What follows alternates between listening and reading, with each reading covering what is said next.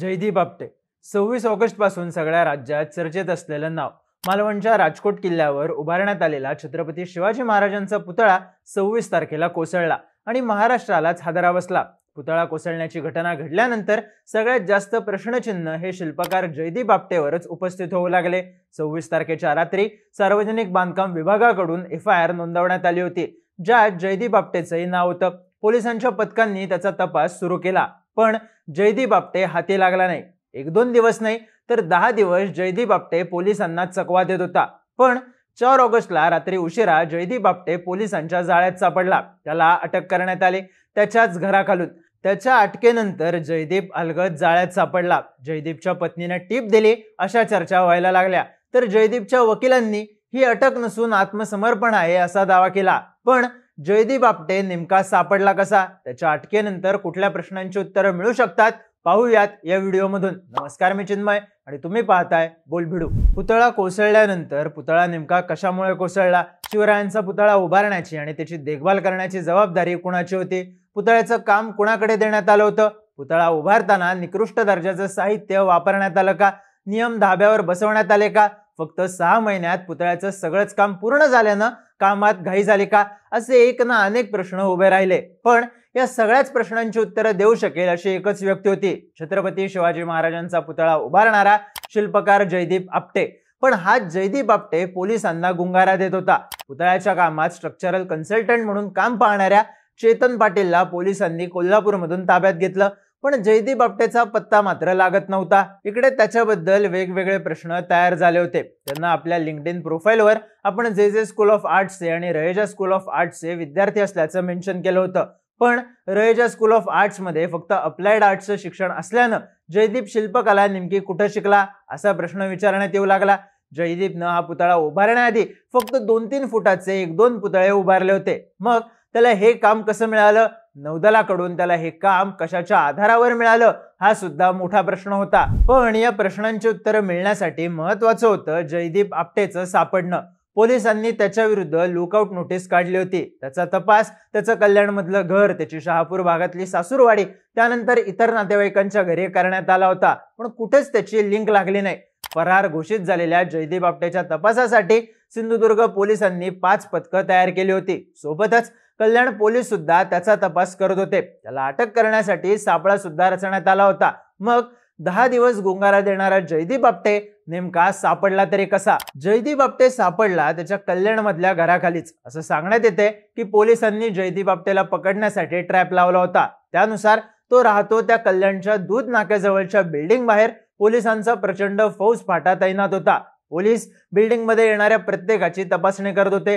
प्रत्येकाचं ID card check केलं जात होतं. अशातच डोक्यावर टोपी आणि तोंडाला मास्क बांधलेली एक व्यक्ती बिल्डिंगच्या दारातून आत येत होती.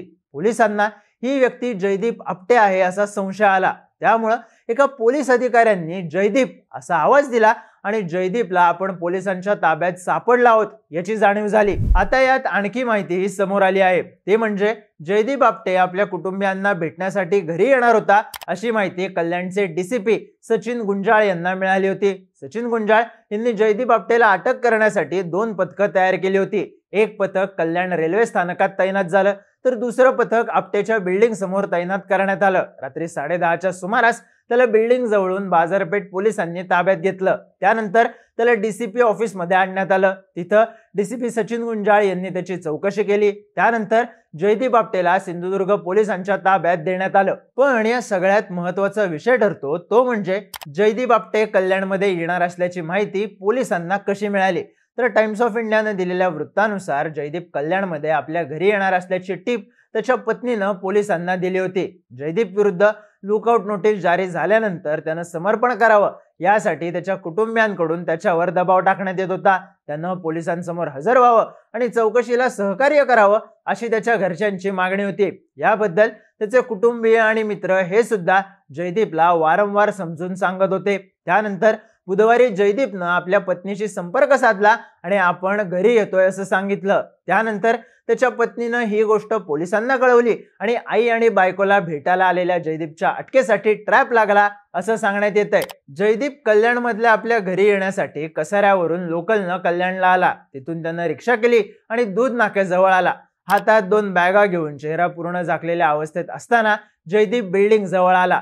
पोलिसांनी त्याला त्याच्या नावानं आवाज दिल्यावर तो गोंधळून गेला आणि रडायला लागला. माध्यमांमध्ये असलेल्या माहितीनुसार जयदीपनं आई आणि पत्नीला भेटायला घरी जायचा हट्ट केला. मात्र तोवर त्याच्या बिल्डिंग बाहेर लोकांचा प्रचंड गराडा पडला होता. पोलिसांनी जयदीपनं हट्ट केला असला तरी त्याला घरी जायची परवानगी दिली नाही. त्याऐवजी त्याच्या आई आणि पत्नीला पोलिसांच्या गाडीपर्यंत भेटायला बोलवलं आणि त्यानंतर जयदीप आपटेला डीसीपी ऑफिसमध्ये चौकशीसाठी नेण्यात आलं. आता यात आणखी एक महत्त्वाचा विषय म्हणजे जयदीप आपटेचा शोध घेण्यासाठी पोलिसांनी कित्येक रिसॉर्ट, हॉटेल, लॉज पालथे घातले होते, पण तरीही त्याचा पत्ता लागला नव्हता. त्याच्या नातेवाईकांकडेही चौकशी केली. काही माध्यमांमध्ये असलेल्या बातम्यांनुसार शहापूरला राहायला गेलेल्या त्याच्या कुटुंबाला पुन्हा कल्याणमध्ये आणण्यात आलं. त्यांना संरक्षणही देण्यात आलं, पण तरीही जयदीप आपटेची लिंक लागत नव्हती. आता मात्र तो घराजवळच सापडला. पण मागचे 10 दिवस जयदीप आपटे नेमका होता कुठं? त्याला लपायला कुणी मदत केली? हे प्रश्नही आता पुढे येत आहेत. या सगळ्यात जयदीप आपटेचे वकील गणेश सोवनी यांनी जयदीपला अटक झालेली नसून त्यानं स्वतःला सरेंडर केला आहे असा दावा केलाय.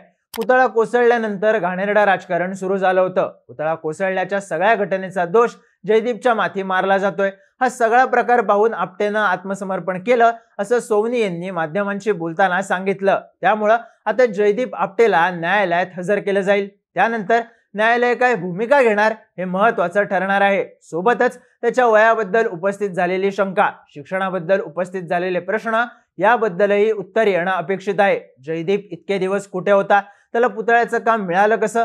आणि नेमकं काय चुकलं म्हणून पुतळा कोसळला? या बऱ्याच प्रश्नांची उत्तरं जयदीपच्या चौकशीतून पुढे येतील. या सगळ्या प्रकरणाबद्दलच्या तुमच्या प्रतिक्रिया कमेंट करून नक्की सांगा आणि माहितीपूर्ण व्हिडिओज पाहण्यासाठी बुलबिडूच्या YouTube चॅनलला सबस्क्राईब करायला विसरू नका.